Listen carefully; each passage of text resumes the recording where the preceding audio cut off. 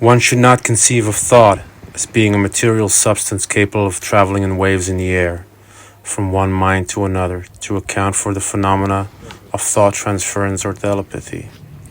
Although the act of thinking in itself produces vibrations or energy, these vibrations do not actually have to travel to any destination. They merely affect or alter the vibrations of the third element, which is present everywhere at the same time, including the cells of the brain and the nervous systems of every living creature. We have seen that without the contribution of vibration of the third element in its different forms, not one thing in the universe could have come to manifestation. The third element is therefore omnipresent in its presence in every manifestation, in some form or another. Like the once accepted and later rejected theory that ether penetrates all spaces, the third element interpenetrates the densest as well as the finest of all substances. Not only does it form a part of the vibration of particles of the atom, but it performs another important function in the astral matter that surrounds every atom, for as is known, even in the hardest of substances, no two atoms ever touch one another, while the space between two adjacent atoms in most cases is enormously larger than the atoms themselves. As we said before, the third element is at the same time present anywhere and everywhere. The effects of the slightest alteration in its vibration, no matter where in the universe, no matter how extensive, over the full range of scales of vibrations of the third element can be felt, sensed, or registered by any organ capable of doing so, no matter where this organ may happen to be. Furthermore, the vibrations of the third element is constantly being altered and partly shaped into forms, in order to synchronize, to vibrate in harmony with the vibrations of our thoughts, feelings, the two being the products of the activity of our brain and nervous system. In the structure of which vibration of the third element plays a major role at all times. There are billions of modifications in the different degrees of the vibrations of the third element, produced by the simple act of thinking on the part of all the people of the world, while the third element present in the brain cells of each and every one of this thinking crowd simultaneously affects and is affected constantly by these activities of collective thinking and feeling. In Aruba, I have noticed two kinds of people.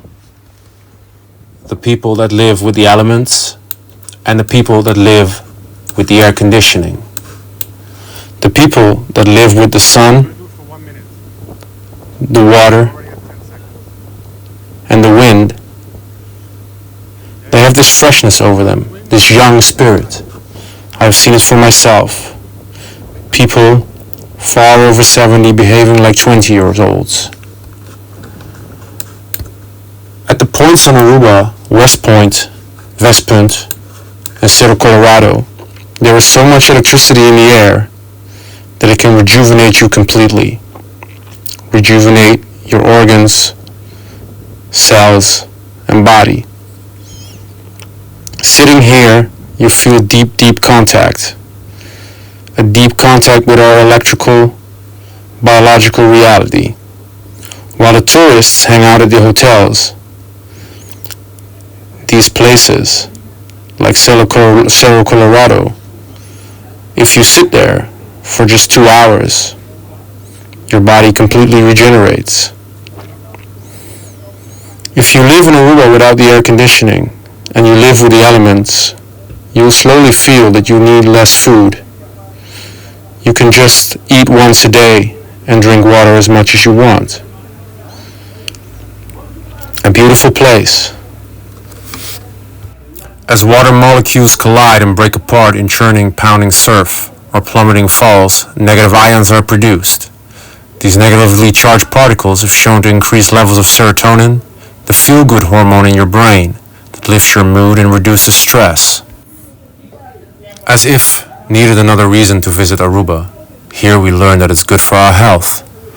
Let's see how by going back to chemistry, ions are molecules that have gained or lost an electrical charge. Negative ions are oxygen molecules with an extra negatively charged electron, while positive ions are molecules that have lost one or more electrons, translating to our health Negative ions are good for our health. Seems counterintuitive, while positive ions are damaging to our health. Positive ions are produced by electrical equipment, such as televisions, microwaves, ovens, and air conditionings. The highest concentration of positive ions exists in cities, crowded places, offices, industrial areas, and hotel areas.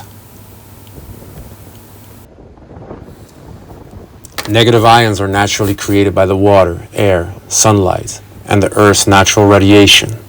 The highest concentrations of negative ions are in nature: mountains, forests, waterfalls, beaches, oceans, and are most prevalent around bodies of moving water, places where the water collapses against the rocks.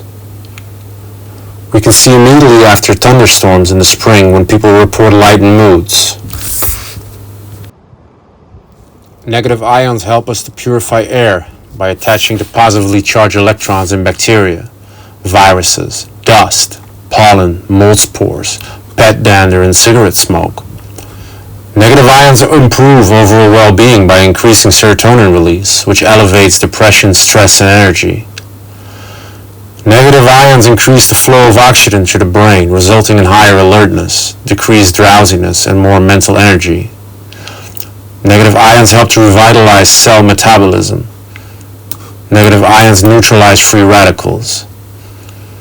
Negative ions help us to improve the function of our respiratory tract, therefore decreasing respiratory-borne illness such as asthma, hay fever, colds. When you're in Aruba and you use this system, the system around us, the energy around us, if you can tap into this electricity, you can truly heal your body. One of my clients that I coached, I prescribed him to go to the beach and to these places 3 times a week and immerse in the water at the beach, not at these places where the water goes into the rocks. Don't go into the water there. The effect it had on him is a miracle. Therefore, trust the universe.